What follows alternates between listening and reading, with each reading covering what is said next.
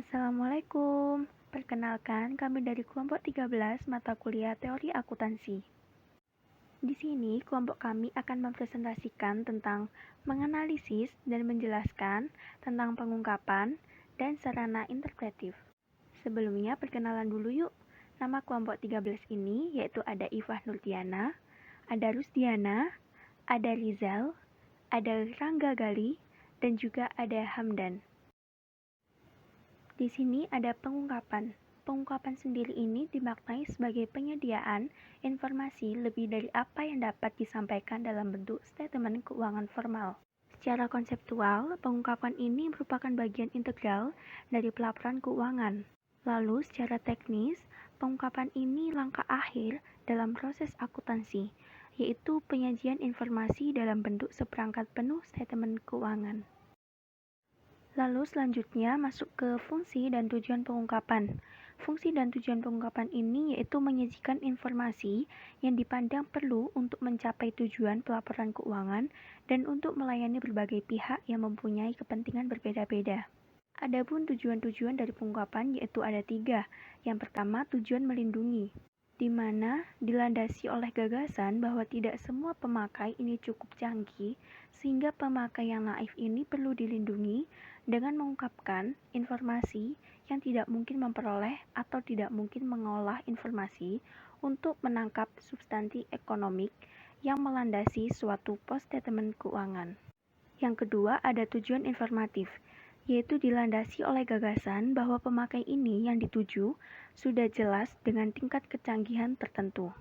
Lalu untuk yang terakhir yaitu ada tujuan kebutuhan khusus, di mana merupakan gabungan dari tujuan perlindungan publik dan tujuan informatif. Selanjutnya yaitu ada keleluasan dan kerincian pengungkapan. Yang pertama, menurut para ahli Evans tahun 2003, yaitu mengidentifikasi 3 tingkat pengungkapan, yaitu menandai atau etis dan juga penuh. Tingkat memadai merupakan tingkat minimum yang harus dipenuhi agar statement keuangan ini secara keseluruhan tidak menyesatkan untuk kepentingan pengambilan keputusan yang diarah. Dan juga tingkat pengungkapan yang tepat harus ditentukan karena terlalu banyak informasi sama tidak menguntungkannya dengan terlalu sedikit informasi. Diperlukan kriteria atau pertimbangan untuk menentukan batas atas dan batas bawah. Selanjutnya ada kendala pengungkapan. Kendala pengungkapan pada umumnya timbul dari kacamata perusahaan, seperti contohnya beberapa hal yang menjadi pertimbangan dan kendala dalam pengungkapan yaitu yang pertama, ada tujuan pengungkapan, yang kedua, kos penyediaan informasi harus lebih kecil dari benefit informasi yang disediakan. Dan yang terakhir, bila kos penyediaan informasi dapat diabaikan, persoalannya adalah perlukah informasi tersebut diungkapkan. Hal seperti ini bisa disebut keberlebihan informasi yang harus menjadi pertimbangan. Lalu, ada metode pengungkapan. Metode pengungkapan berkaitan dengan masalah bagaimana secara teknis informasi disajikan kepada pemakai dalam satu perangkat statement keuangan, beserta informasi lain yang berpaut. Metode ini biasanya ditentukan secara spesifik dalam standar akuntansi atau peraturan lainnya. Informasi dapat disajikan dalam pelaporan keuangan sebagai antara lain post statement keuangan, catatan kaki, catatan atas statement keuangan, penggunaan istilah teknis atau terminologi, penjelasan dalam kurung, lampiran, penjelasan auditor dalam laporan auditor, dan komunikasi manajemen dalam bentuk surat atau penyertaan resmi. Selanjutnya ada regulasi pengungkapan. Mempercayai pengungkapan sepenuhnya kepada manajemen sama saja dengan menyerahkan penyediaan informasi kepada pasar. Semua regulasi diarahkan untuk mencegah adanya penyalahgunaan dan kecurangan atau fraud oleh para pelaku pasar modal, terutama dalam masalah pengungkapan. Beberapa argumen mendukung perlunya regulasi dalam penyediaan informasi. Berikut adalah alasan tersebut. Yang pertama, ada penyalahgunaan. Yang kedua, ada eksternalitas. Yang ketiga, ada asimetri informasi. Dan yang terakhir adalah keengganan manajemen. Sarana interpretif.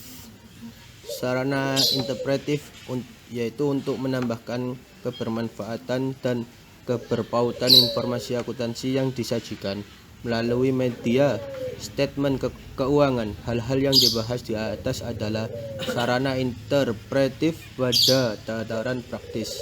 Artinya, butir-butir pengungkapan di atas telah diakui sebagai hal yang harus diungkapkan sesuai dengan standar akuntansi yang mengaturnya. Dalam tataran praktis, tentu saja harus terdapat rangka atau struktur akuntansi pokok yang biasanya disebut basic accounting structure atau pelaporan keuangan pokok financial reporting proper yang membatasi pengungkapan sesuai dengan tujuan pelaporan keuangan. Tanpa rangka pokok tersebut, akan banyak hal yang akan dituntut untuk diungkapkan, dilampirkan atau dimasukkan dalam pelaporan keuangan karena pada tataran teoritis banyak sarana interpretif yang mempunyai potensi untuk bermanfaat atau berpaut dengan keputusan investor dan kreditor. Pelaporan keuangan pokok adalah pelaporan yang harus ditentukan oleh standar akuntansi atas dasar pertimbangan keterendalan atau reliability dan keberpautan relevan. Kerangka pokok tersebut juga diperlukan untuk membatasi tanggung jawab auditor dalam menetapkan kewajaran statement keuangan. Kos dan nilai. Dalam kondisi yang normal, kos yang terjadi dapat dianggap menyatakan nilai pasar atau market value suatu sumber ekonomi pada saat tiba dibeli atau diperoleh. Nilai adalah persepsi orang terhadap manfaat atau utilitas suatu objek yang dinyalakan dalam satuan pengukur, biasanya unit moneter. Pada mulanya, kos dan nilai adalah identik. Dengan berlalunya waktu, nilai suatu sumber ekonomi dapat berubah sebagaimana ditunjukkan oleh kos yang berlaku sekarang, current input cost, atau harga pasar sumber ekonomi yang sama. Apabila perubahan terjadi, jelas bahwa kos tercatat yang melekat pada suatu sumber ekonomi yang masih digunakan pada saat kemudian tidak berpaut relevan lagi sebagai pengukur manfaat ekonomi pada saat itu. Revisi kos dan fasilitas fisik. Dalam beberapa hal khusus, penilaian kembali fasilitas fisik yang berakibat revisi terhadap kos tercatat tidak dapat dihindari. Penilaian kembali biasanya dilakukan oleh perusahaan penilai appraisal companies.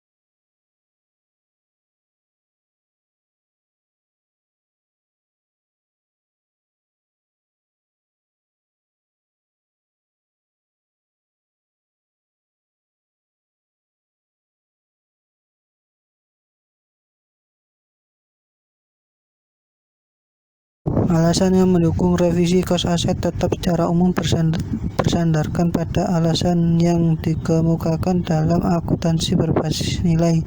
Dalam hal aset berupa bahan baku dan jasa lancar lainnya, kos komponen tersebut sebagai biaya operasi pada hakikatnya merupakan kos sekarang atau current cost. Di lain pihak, dalam hal aset berupa fasilitas fisik, depresiasi atas dasar kos historis dapat mengakibatkan distorsi hasil operasi dibanding perusahaan sejenis lain yang menggunakan fasilitas fisik baru. depresiasi atas dasar KUS historis hanya akan mampu mempertahankan kebutuhan jumlah rupiah modal yang diinvestasi. Argumen yang mendukung penggunaan pengganti dalam mengukur biaya depresiasi sebenarnya dilandasi pemikiran bahwa kos yang sangat berpengaruh dalam proses ekonomi adalah kos yang mencerminkan harga pasar yang sekarang berlaku. Maka pihak pendukung menegaskan bahwa kelalaian manajemen untuk mempertimbangkan pengaruh kenaikan dan penurunan harga komponen fasilitas kemungkinan besar akan menyebabkan penggunaan pemanfaatan sumber ekonomi yang ada secara kurang bijaksana dan menyebabkan kebijakan penentuan harga jual produk yang kurang tepat. Pengurangan nilai buku fasilitas fisik. Berkaitan dengan revisi kos fasilitas fisik adalah pengurangan atau penghapusan sebagian kos atau nilai buku karena alasan teknis atau ekonomi yang tertentu dan bukan semata-mata karena penurunan harga atau devaluasi. Pengurangan semacam ini disebut dengan write down. Pengurangan dapat dilakukan kalau suatu kondisi menyebabkan terjadinya penurunan kemampuan aset atau aset impairment untuk mendatangkan laba atau kas di masa yang akan datang. Konversi kos ke rupiah daya beli. Hal ini didasarkan pada kenyataan bahwa satuan uang sebagai pengukur bahan olah akuntansi tidak stabil daya belinya. Artinya kos tercatat yang merupakan dalam jumlah rupiah kesepakatan akan berbeda dalam dua waktu yang berbeda kalau dinyatakan dalam tingkat harga umum general price level yang berlaku pada dua waktu tersebut. Sebagai konsekuensi, kos historis yang didukung dengan daya beli pada saat tertentu dapat menyesatkan.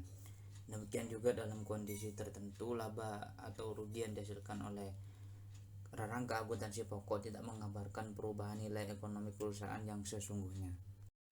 Cukup sekian dari kami, kurang lebihnya mohon maaf dan terima kasih.